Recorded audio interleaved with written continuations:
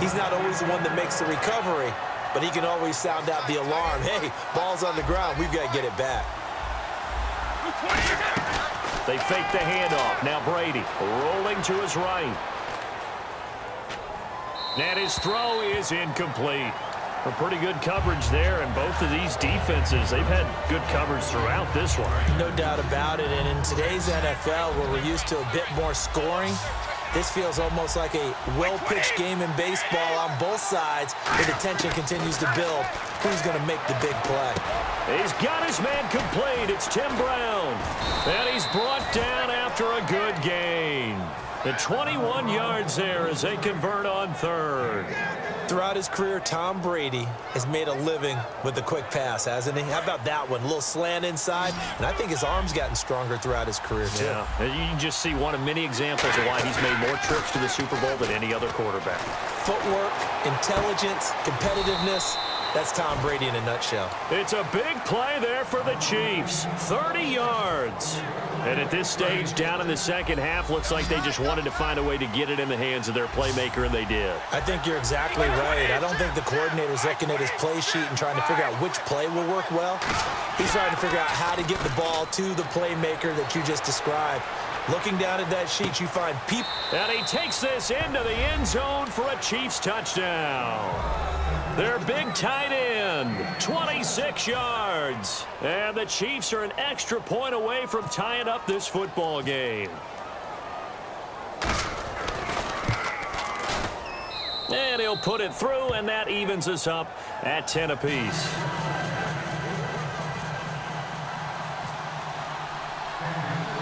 So we're right back where we started, all even as the kick's away.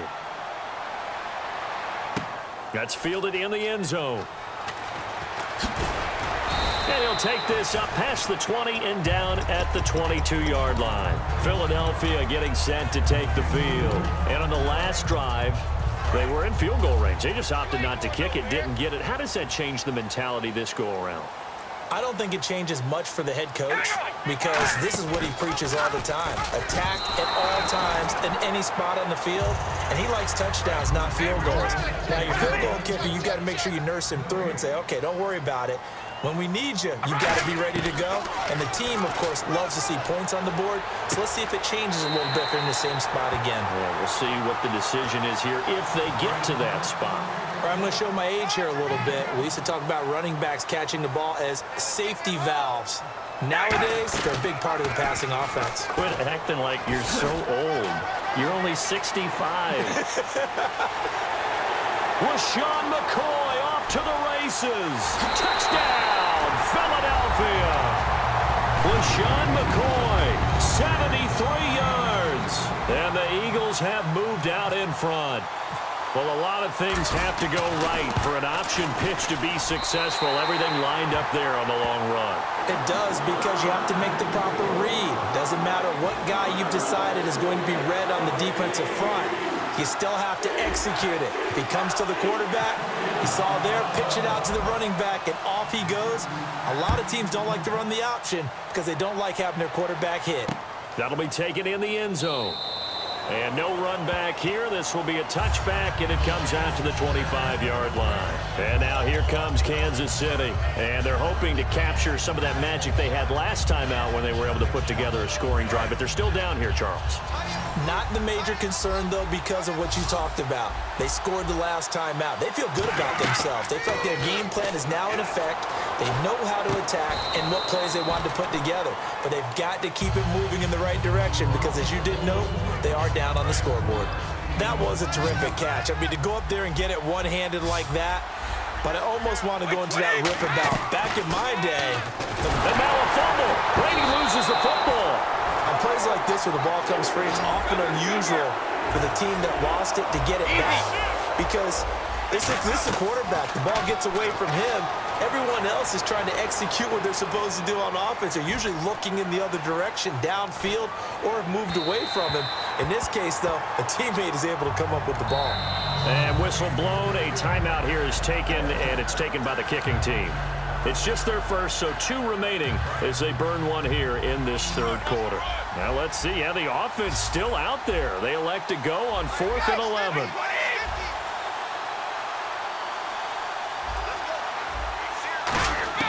They do go for it. It's Brady. He gets it to Brown, complete. And he will have a first down as they get him to the ground at the 37. I don't know if I agree with that. I guess they don't care if I agree with that. But, boy, you have to be surprised by that, right? I definitely was surprised that they decided to go for it in this situation. But they must have either felt like they either had a great play call on or they're trying to show extreme confidence. So after that big play, let's see if they can catch their defense maybe on their heels. Brady now on first down. It's complete to Brown, right side. And brought down, but not before they're inside the 25. Cool under pressure right there, escaping the pocket and finding what I think was not his primary target. And some of these guys are just so comfortable getting outside of the pocket that they'll do it. And Brady going to be intercepted a third time. A great read, and it's picked off. And the return goes up to his own 17-yard line. And Philadelphia ready to get going on offense again. And they were able to punch it in the end zone last time. They'll be looking to do that again here for the defense. Obviously, they'll be looking to stop them from punching it back in the end zone. It always is punch-counter-punch, isn't it? And which team has the advantage? Well, let's just go back. Last time on offense, they rolled downfield, got into a good rhythm. You can see a little more bounce in and out of the huddle. You can see the sideline really get into the game. So defensively, you're thinking to yourself, how do we take that away from them? How do we get the advantage back? Let's see what they come up with. I think pressure is always the first way to go. You love pressure. I love it. We'll see if they dial it up this drive.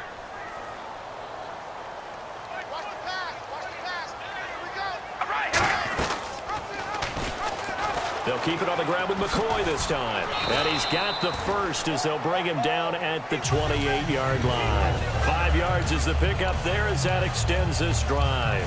It's nice every now and then in this game not to see people overthink it. Just hand it to the old reliable guy. Let him pick up the first down. So here we go, 1st and 10 now. Looking to jam the receivers at the line here. Press coverage look defensively. Now Carr steps away to his left. A strong, and he can't get rid of it. He's taken down. Jabal Sheard able to drop him for a loss of 4. So the D gets the sack on first, and now it brings up 2nd down. They'll run it now out of the gun. And he's able to plow forward up to about the 29, just shy of the 30.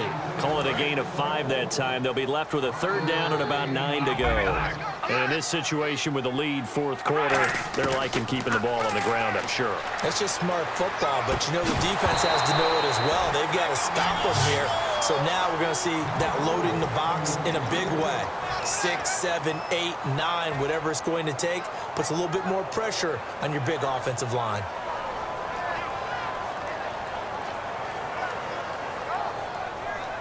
And here's a big one now. Try to hold this lead. They're going to go for it here on 4th down. We ready? They'll go for it. It's Carr being chased out left. Now look at this. They get the turnover they needed. It's intercepted. Picked off by Kiko Alonso. And he will return this one to the 30-yard line. Here's the Kansas City offense now as they get set to take over. And with 3 interceptions thrown already, we'll see. Do they rely more on the ground game here? They may have to change things offensively to try and settle things down, not just for the guy throwing the ball, but for the rest of the offensive unit, because their confidence has to be shaken a little bit. And you just wonder, is the backup going to start to warm up a little bit over on the sideline? They'll run it now out of the gun. And this carry not as productive. He's swallowed up at the line of scrimmage. And they'll lose a yard that time, and that's going to lead to a 3rd down. Time for a break. We're back to see what happens after this. And if the defense can hold here, this ball game is over. And they're thinking more than just holding. They're thinking about a takeaway to finish things off. Now they'll run it on the toss. It's a nice pickup of 12 yards, and it gives them a 1st and goal. We just saw what a lot of teams call a heavy set. 3 tight ends in the game. That signifies they want to run the football. Yeah, occasionally they'll play action and throw it, but most of the time, those guys on the field means strength, power, run the ball behind them. And now what a lot of teams are doing is they're taking an extra offensive tackle and putting him in a tight end number to give them even more blocking power. And we just saw it on that play. So that run gets him about halfway home. Yes, now 2nd and goal. The end zone beckons. It looms. They can do whatever they want. Full playbook. Run it again, or they can go play action and try and put it in that way. And back at the 8 now. 3rd and goal. 20. Back to throw. Dancing to his left. And, a crusher there as it's intercepted. A great read, and it's picked off. And he returns it up just shy of the 20 to the 19-yard line. Philadelphia getting sent to take the field. They have the lead, still a one-possession game, but the defense got to stop. They've got the football now, just salted away, right? Exactly. That's all the defense is counting on from their offense. They did their job in a big way. You know they're over on the sidelines now starting to take their tape off, and, hey, we've done this thing. The offense has to put it away, and that means ball security. Absolutely. Stranger things have happened. Now Howard, and he is going to lose yardage here. And the Chiefs are going to signal for and be granted another timeout. That'll leave them with just one remaining in this 4th quarter of play. They go with Howard again. And he will lose yardage here back at the 23-yard line. And play is stopped here. Timeout. It's the defense calling the timeout here. It'll be their 3rd and final timeout, so as they talk things over, we'll step aside. Carr now to throw. And he couldn't hang on to it through the contact. Incomplete. And he's certainly not a guy that drops that football very often. Indeed, because that's a bit of a surprise. I know he's in the middle of some traffic and people, bodies all around him, but he usually has the focus to haul that one in.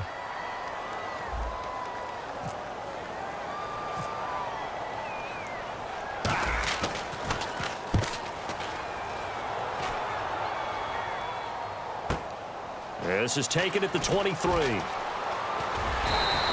51 yards on the punt there. And the Chiefs are going to take over with a long field ahead and a 1st and 10. And now here comes Kansas City. One possession game. Time very much a factor. How does the offense handle this situation? Well, in a lot of cases, they should be somewhat relaxed. And I know that's counterintuitive because this is a pressure situation. But this is Friday practice every week of the season. You go over this situation, having to go downfield, limited timeouts, got to get out of bounds and keep the drive going and set yourself up. Defensively, you can't just lay back and let them do whatever they want. So it is a cat and mouse deal here. How much pressure will the defense bring, and how much pressure can the offense handle? We're going to find out. On every offensive coordinator, every play caller sheet, they have about 5 or 6 plays per game that they call shot plays or big plays, and you don't get many opportunities to dial them up, and they just did, and they drop it with a great chance to make a big play. That's going to hurt. 15 yards through the air and a 1st down. Well, how about keeping your head about you in this situation? No more timeouts. Finds a way to get out of bounds. Now they can breathe a little bit as they contemplate what to do on the next down. He's going to let it fly. And this ball is caught. It's a touchdown. And now in the final seconds, they're a PAT away from likely getting this thing to overtime. And that touchdown means a decision has to be made. Do they kick the PAT and tie it up, or do they go for 2 and try and win it right now? So here comes the kickoff now, all even here in this 4th quarter. And no return on this one as the fair catch is signaled for and taken. And now the Eagles offense back out onto the field. Tie game, and barring something incredible here, we're likely headed to overtime. And just a couple of scenarios here to keep in mind. One, if you want to be really aggressive, you do throw the Hail Mary and see if you can get something downfield. What would you do? What I would do is either hand it off inside or more likely take a knee and let the clock run out. Because if I'm back there trying to throw and a sack... And now the rookie's free. And he's in. Are you kidding me? How do you give that up? One of the most improbable ways to finish a game. And they do win it on the final play. And with his speed, if he just finds the slightest crease, he can take it the distance like he did there. How about the leverage up front? Offensive line out-leveraging the defensive front to create that space, that crease that he was looking for. And once he